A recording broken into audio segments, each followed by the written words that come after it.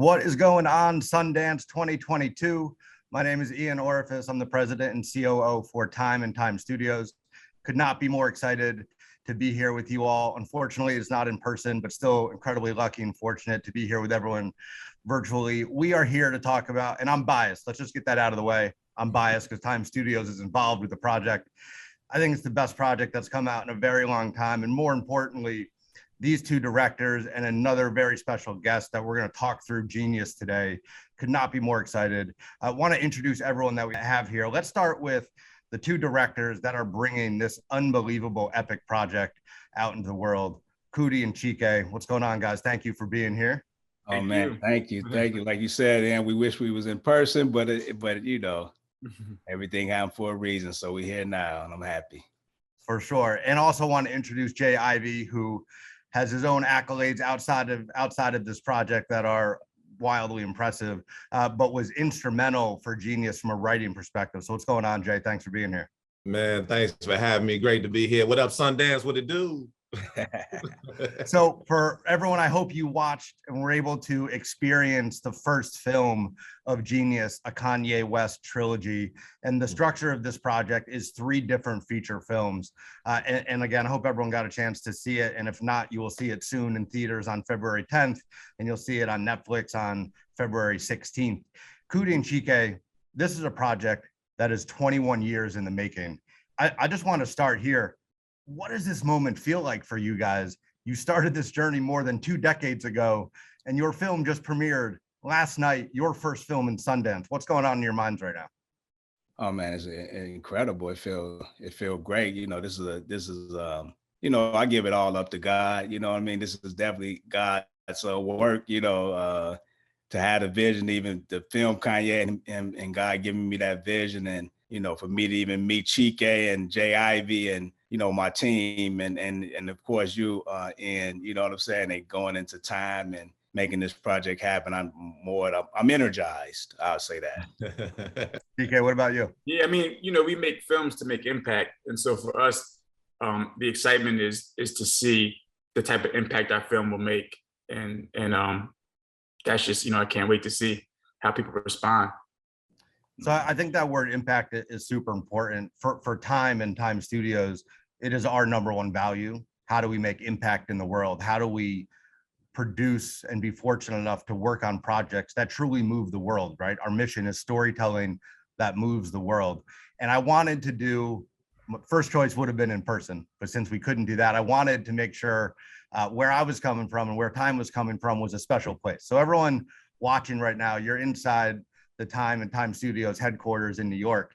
And I wanted to be here because this, at least for us, is where the journey began. So October 2019, Coodie and Chike, who I've not met in person before, but have been a huge fan of their work through Benji and A Kid from Coney Island and other projects. I heard through Rebecca Title, who works at Time, that they had a lot of footage about Kanye, and they've been doing this project for a long time.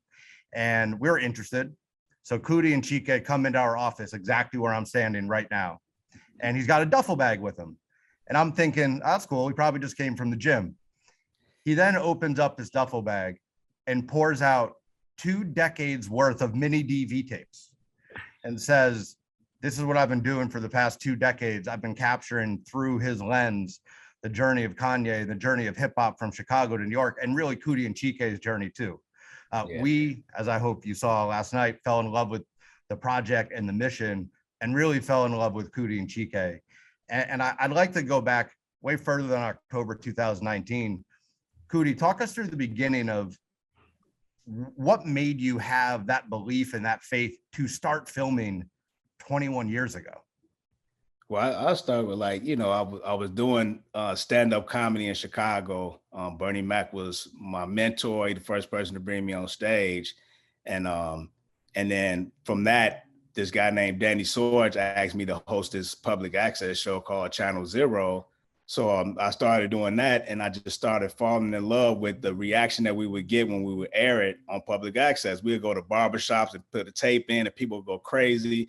And next thing I know, Danny wouldn't, you know, want to go. He fell in love more with cutting hair. So So I'm like, man, teach me how to use your camera. So when he showed me how to use it, I would go out and then I've noticed Kanye. I remember he was performing with his group, the Go-Getters. And when I seen him, because he used to come in the barbershop where we were at and he'd play beats. And I'm like, oh, this dude talented. When I seen him on stage, I was like, this dude is the truth. And then next thing I know, we with some local rappers and we run into Kanye, we go to Kanye crib. And I'm like, yeah, I seen how charismatic he was, how he loved the camera. And it was this documentary Hoop Dreams that I seen. I'm like, I'm gonna do the Hoop Dreams. And I know everybody who's seen the film know this part of the story. So, but so I did the Hoop Dreams on Kanye, but I just knew I seen Grammys, I seen him huge. And I thought everybody seen that, but come to find out as I was documenting him, took a chance and moved to New York, dropped everything and people it wasn't, he wasn't a clear shot for everybody. But I'm happy I stuck with documenting them, which led me to meet Chike, my partner. And that's, me and Chike have been moving ever since. Jay, I want to jump to you. You're, in addition to being one of the writers on the films, you played a role both on camera in the film and really experienced this. What do you hope that this film means to the audience and means to the world? And what's your reaction to having this all come out right now?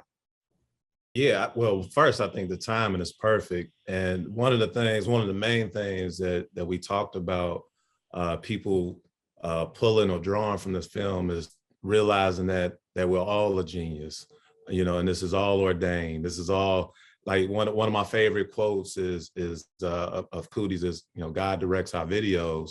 And we've seen that throughout our career. I go back, with Coodie back to, the mid 90s in Chicago. So we were able to, we saw each other's rise. We saw each other's, climb and chasing the dream. I used to go to the comedy club to do poetry. And one of the things too, as far as the film, as far as the time, there was this Chicago Renaissance happening. And there were a lot of dreamers that were going after their passions. And when it comes to the film, what we want people to see is that those dreams can come true. When you exercise your gifts and you live in your purpose, you can, bring your genius to the forefront. So that's really the main thing. Yeah, for sure. Chike, what about for you? You've been directing with Coodie for a long time now. You guys have done incredible work. When you think about what this film and what Jeen-Yuhs is gonna mean to the world, what's your hope and how it's received and what the meaning of this film is? Yeah, I mean, I would just echo what Jay Ivy said. To me, the purpose and the meaning is really to give people the opportunity to believe in themselves, that they can actually unlock their genius and really follow their true passions and feel confident enough to do that. And hopefully our film is giving them sort of a blueprint on what first steps, and especially this film that everybody just saw, and what steps to take, starting to unlock and have a vision. Because once you can see where you're trying to go, it makes it a lot easier to get there and have faith to help you dismantle any fear.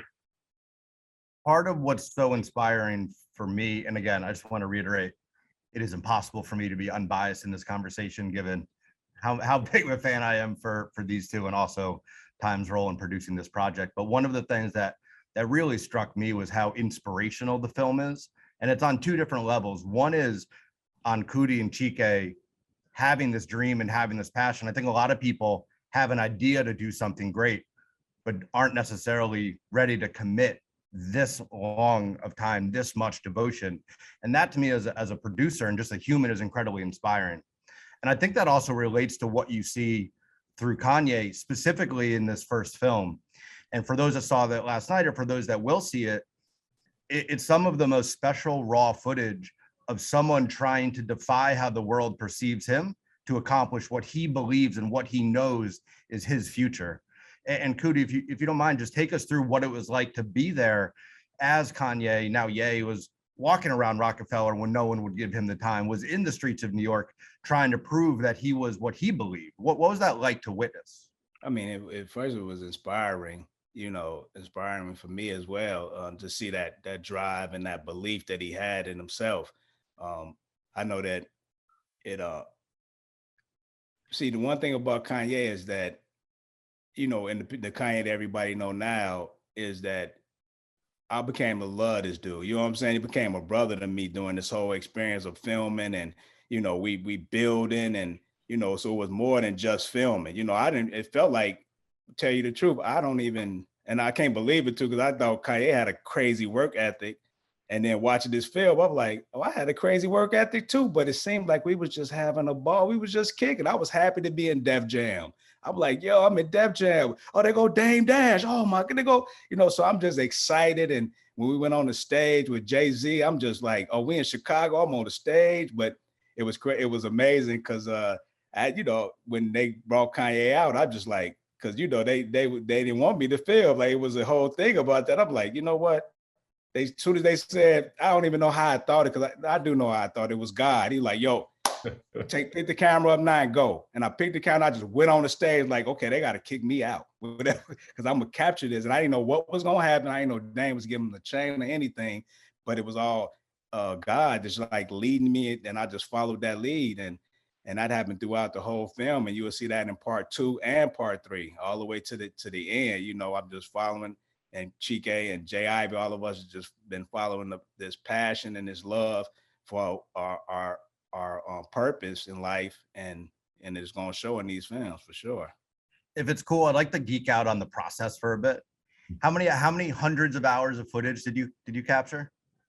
It was 330 mini DV tapes. I'm All not right, so you had sure how many 330 gigabytes mini. You want to know?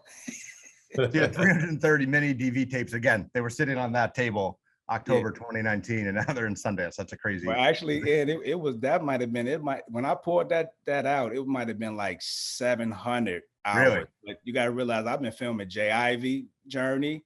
I've been filming Takitha, the first lady of Wu-Tang journey. We filmed Pitbull, John Legend. So you've seen a lot of those too, but 330 of those was Kanye, And then the hard drive. In the hard drive, exactly. It's amazing. How, while as exciting as that is, that's also daunting, right? I think you have so many different angles, and what you both crafted with the incredible team that you assembled too is so special and so personal. Walk us through that process. How do you even begin? How do you know where to start when you have so much footage on this type of story? For us, we had been currently over the past 2 years really got into like screenwriting, trying to develop feature films. And so we just have been doing so much reading on just the format of writing a screenplay and sort of the rules and, a hero's journey, and just understanding like the ebbs and flows of how to put that together. And so we're able to transfer a lot of that reading that we have been doing, and a lot of that, all the rules that apply to screenplay writing to this film. We wanted to follow a hero's journey. We had a plural protagonist in Coodie and Kanye. So it was like, that's where we started. And it made it a lot easier for us, because although we have so much footage in so many great moments, once we identified like what the journey was and what the goal was, it made it easier for us to identify what footage stays in the project and what doesn't, because you have to kill a lot of your darlings. But if they don't connect to the goal of where we're trying to get to, it makes it easier to, okay, well, this is amazing. We want to see this. This probably be viral if we put it up on the internet, but it doesn't fit into our storyline of the story we're trying to tell. So, we stuck to the traditional archetypal hero's journey, and that made it easier for us. Yeah. Right. Like Jay Ivy said, it's perfect timing. Cause we've been rehearsing for this moment. When we did Benji, we had the great Ted Sillinger, and we had Amani Martin to help us craft that story. And then we moved on to Muhammad Ali with Jay Ivy, and Jay Ivy was the writer on Muhammad Ali and Martin Luther King doc we did for BET. And then we went to Stephon Marbury, a kid from Coney Island, in which we crafted this editing team of Max Allman and Jason Harper that moved straight from the kid from Coney Island to this. So now we got this ill team. Jay Ivy came right in to write the narration, which happened, spontaneously, because I wasn't going to narrate it, but it made sense for me to tell this story through the perspective of my lens. And And that's, that it was all the magic that happened that God just put together for us. And we hit such a flow with, like, people don't really realize how much time editors really spend with this content. Like us as directors, obviously we have a vision and they're helping us bring that vision to life, but they get thrown into this process and they sit with this footage just as much as we do, and they're in it every single day.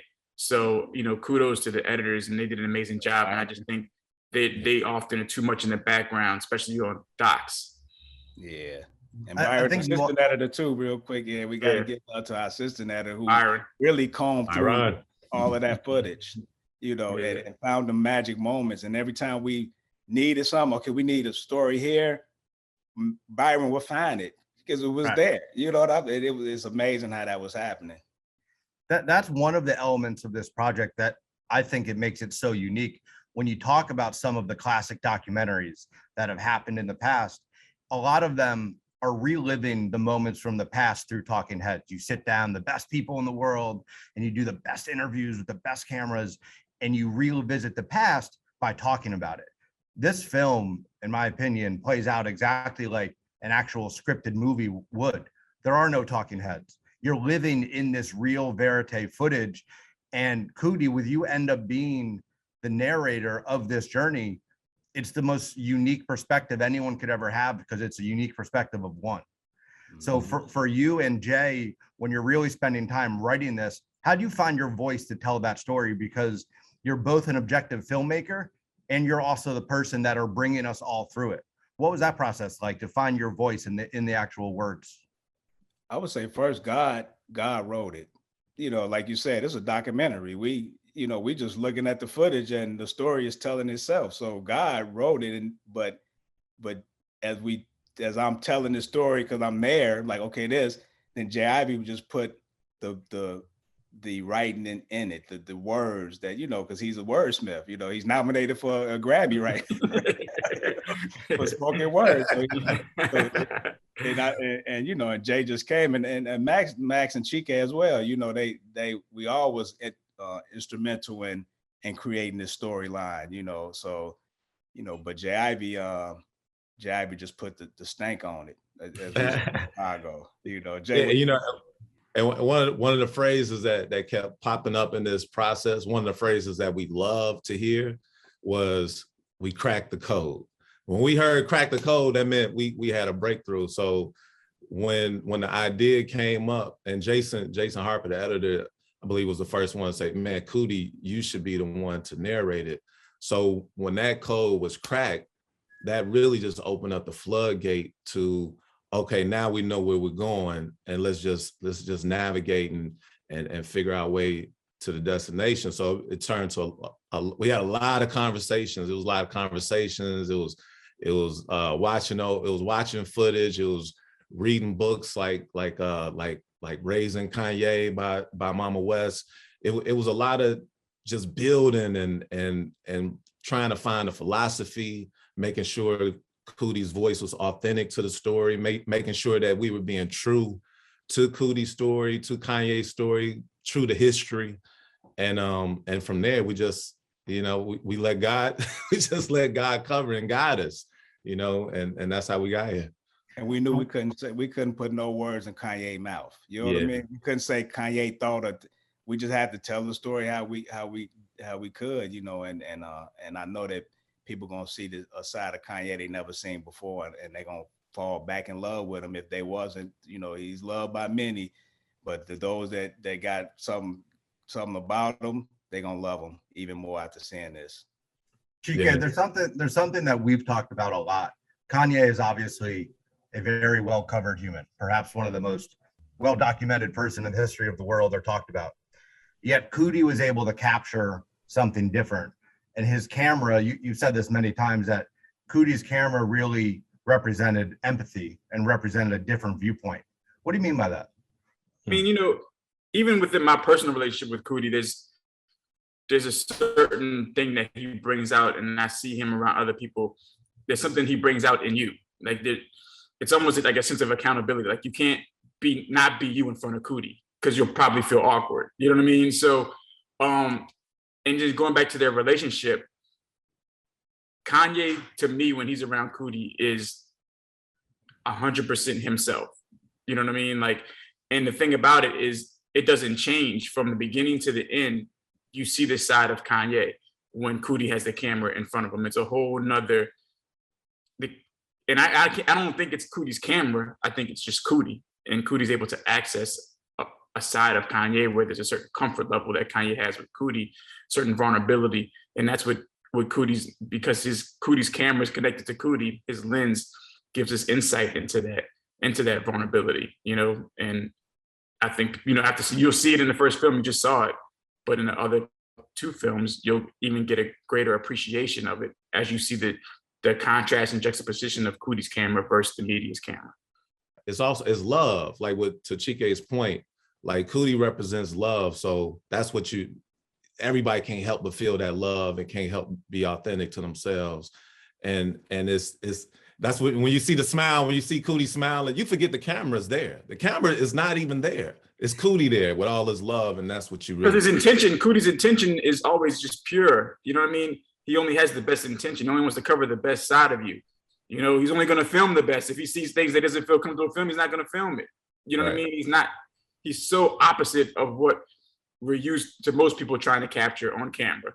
what sometimes paparazzi's trying to capture on camera. Not all, but some, you know what I mean? Maybe what some media is trying to sell through imagery. But Coodie, when he goes, his intent is pure, it's love. He only wants to show the best. He only wants to bring the best out of you. When you're dealing with an artist who's a genius in his own right musically, right, and especially hip hop, it's tough. People don't realize how difficult it is to have to contrast that music, especially when you're making original music, to go against that. So we made a conscious choice to go with live footage and Citizen Chance to do our score, because we wanted to kind of go opposite of what the type of music Kanye makes, and we didn't want to try to play in that same space. Kanye is the best in that space, you know?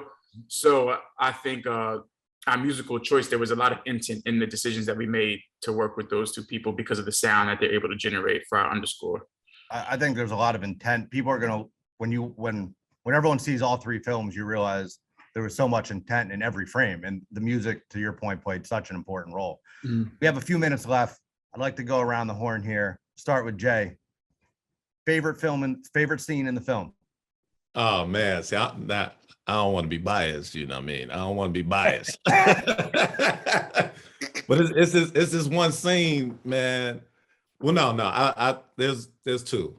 Of course, naturally, personally, Never Let Me Down is, you know, that was one of those God send moments. Coodie giving me the call. And to see it, to relive it, is just like, oh, wow. Like, I've been telling this story of what happened for so many years. So to see it is like, wow, like, it's incredible. And then, I mean, every single scene with Mama West, because she was the epitome of love, and she was the queen of our village, and she wrapped her arms around everyone. We were all her kids. That's why we call her Mama West. So all the scenes with Mama West. Chike? Man, and I'm thinking, since we're talking about vision, we're talking about the first scene. I'd have to say the moment, the scene with Mace, like when Kanye first puts the camera, just because it's like you just see the hunger and the passion, not in Kanye's eyes, but also in Coodie's eyes, and to see the fact that it started from there and what it evolved to. You know what I mean? That scene is so telling, because in that moment, in that minute, nobody knows how things are going to play out. So yeah, I think it's just that scene speaks volumes. My favorite scene of the movie is when we're playing pool at Kanye's house. One of the first times we'll go over there, and just the simplicity of that scene, and you just see everybody like J. Ivy coming in, and you see 88 Keys and Consequence. You see so much love and so much passion in that room, and we're just having so much fun. It just brings you back to them times, and I just love that scene. You know, I think that you know, it's great to have, you know, friends, and how Chicago just came together in New York like we did, and we moved, and J. Ivy said it in the doc, you know, just the beginning. What you say, Jay? You remember what you said in the doc? We've been creeping through the cracks one by one. One by one. It is our turn. So, 21 years later, here we are. We are. I love all of those scenes. I think for me, I would definitely echo all of them and what Jay you said about the scenes with Kanye and Mama West. Specifically, there's a scene at his house that he grew up in, and he's telling her how she did such a good job raising him. And regardless of the fame and regardless of all of the thoughts people may have about Kanye, this was a son talking to his mom about the appreciation he had for what she did for him and the life lesson she gave him. I just thought that was so powerful. So I'd like to end with this last question. It's 2022. Let's fast forward to 2050. There's going to be someone at Sundance revealing the next epic project. And they're going to say, like Coodie is saying now about Hoop Dreams, I watched that movie Jeen-Yuhs, and it inspired me to change my life and do something different and chart them on a different path. So Coodie, what's your advice to that young kid who's going to watch this film and decide to make a change in their life? It's a simple one. It's by Napoleon Hill. It's if you can conceive and believe, you can achieve. Period. No other question, nothing else. And have faith in God. That's it. And trust God. What I say, trust God, period. That might be three things, but hey, they are all important.